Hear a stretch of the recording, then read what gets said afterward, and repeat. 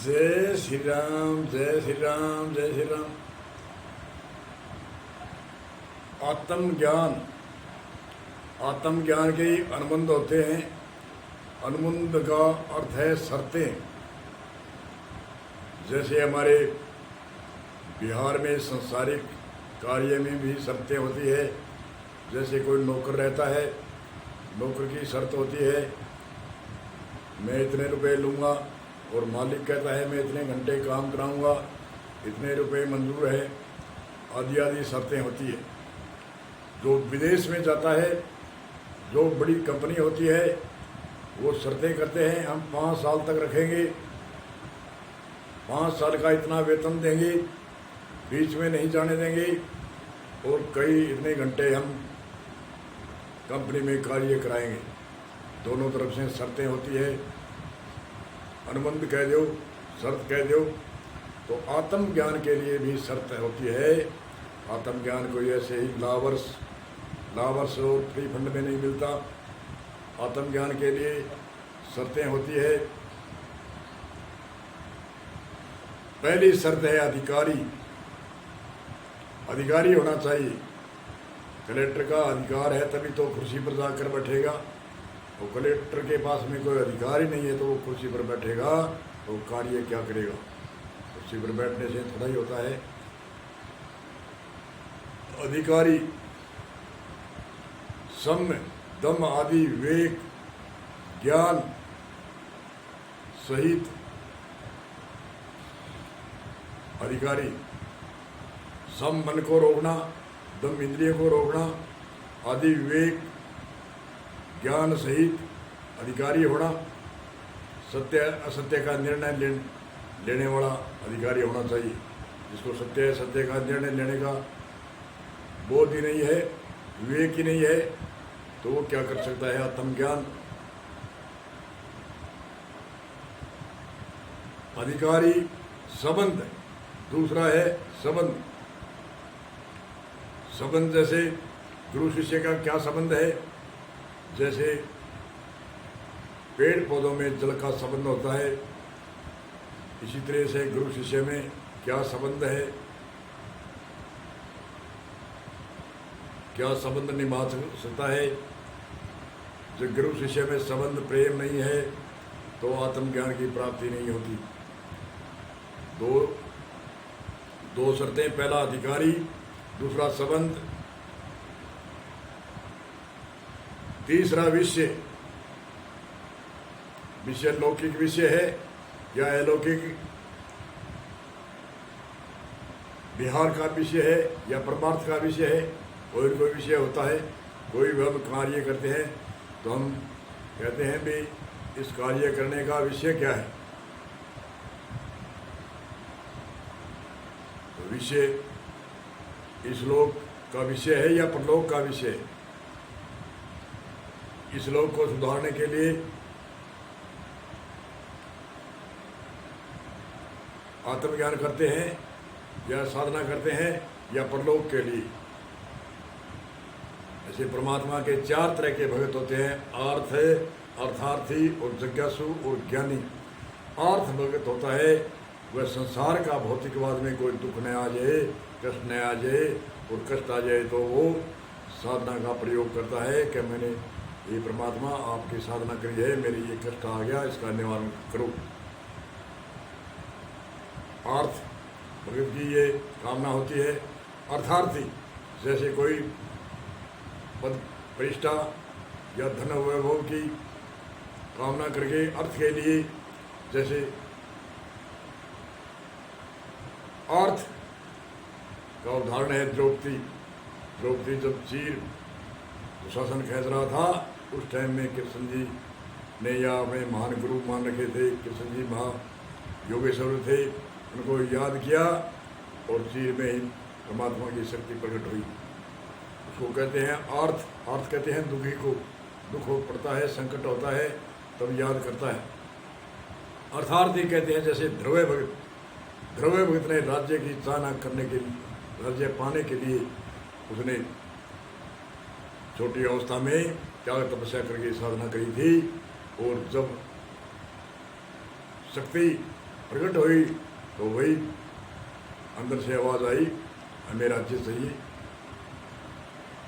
तो एक अर्थार्थी और जिज्ञासु कहते हैं, जिज्ञासु के कोई भी साधना नहीं होती।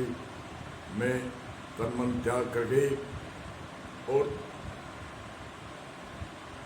गुरु महान पुरुष के अर्पण करके, तन मन धन अर्पण करके कहता है मैं कौन हूँ, मेरा इसे ज्ञान कराओ, मैं हूँ कौन।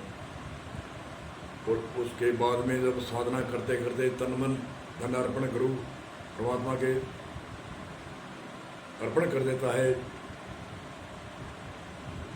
त्याग कर देता है, निष्काम भाव से कार्य करता है, तो उसको पदवी मिलती है ज्ञानी की। पहला आत्मज्ञान के 4 अनुबंध यानी शर्तें। पहला अधिकारी, विषयी, संबंध और प्रयोजन यानी फल।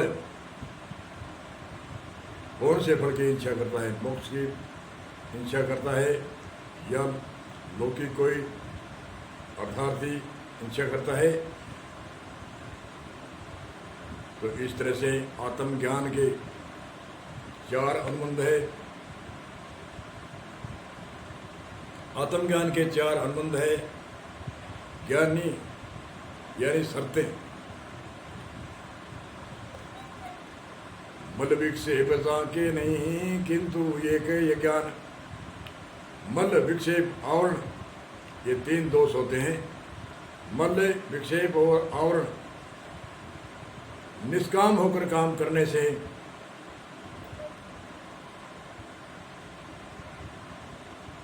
मल की दूरी होती है और उपासना करने से विक्षेप की दूर होता है और ज्ञान से की साधना करने से अज्ञान की निवृत्ति होती है। मल विक्षेप और आवरण। मल यानी जन्म जन्मांतर के मल, विक्षेप माने फैल चुका, आवरण वह एक पर्दा झिल्ली आ गई। तो अलग अलग बताए हैं। अंत्यकरण में 3 दोष, मल विक्षेप आवरण। निष्काम होकर के भक्ति करेगा, साधना करेगा तो मल का निवारण होगा, मल दूर होगा। और उपासना से विक्षेप की दूरी होती है और ज्ञान से अज्ञान का पर्दा है वह झिल्ली है, वह दूर होती है। इसलिए आत्मज्ञान के 4 अनुबंध बताए, 4 शर्तें बताई और 4 शर्तें अधिकारी, संबंध, विषय, प्रयोजन और मल विक्षेप आवरण। मल निष्काम भाव से भक्ति करने से मल की निवृत्ति होती है। मल विक्षेप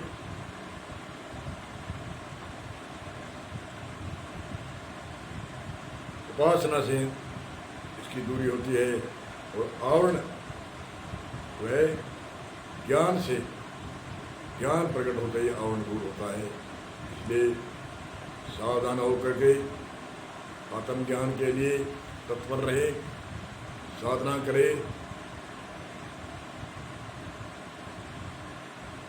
आजकल के बड़े बड़े ऐसे ज्ञानी, परिपट ज्ञान करने वाले, तर्क जो तुक्का मार के अर्थ करने वाले, ऐसे अज्ञानियों से दूर रहे।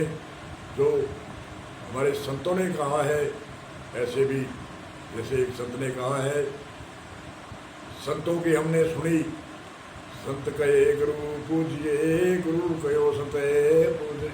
संतां के वाक्य सुने और संतां कहो कि ब्रह्म निश्चय सतगुरु के पास में जाओ। संत कहो गुरु पूजिए, गुरु कहो संत पूज। गुरुआ फिर पास हो वापस कहो का संतांगी मान, सारे संतांगी मान। सतगुरु दोनों पूजता गई अगम की सूझ। सतगुरु दोनों पूजता गई अगम की सूझ। तो संतों की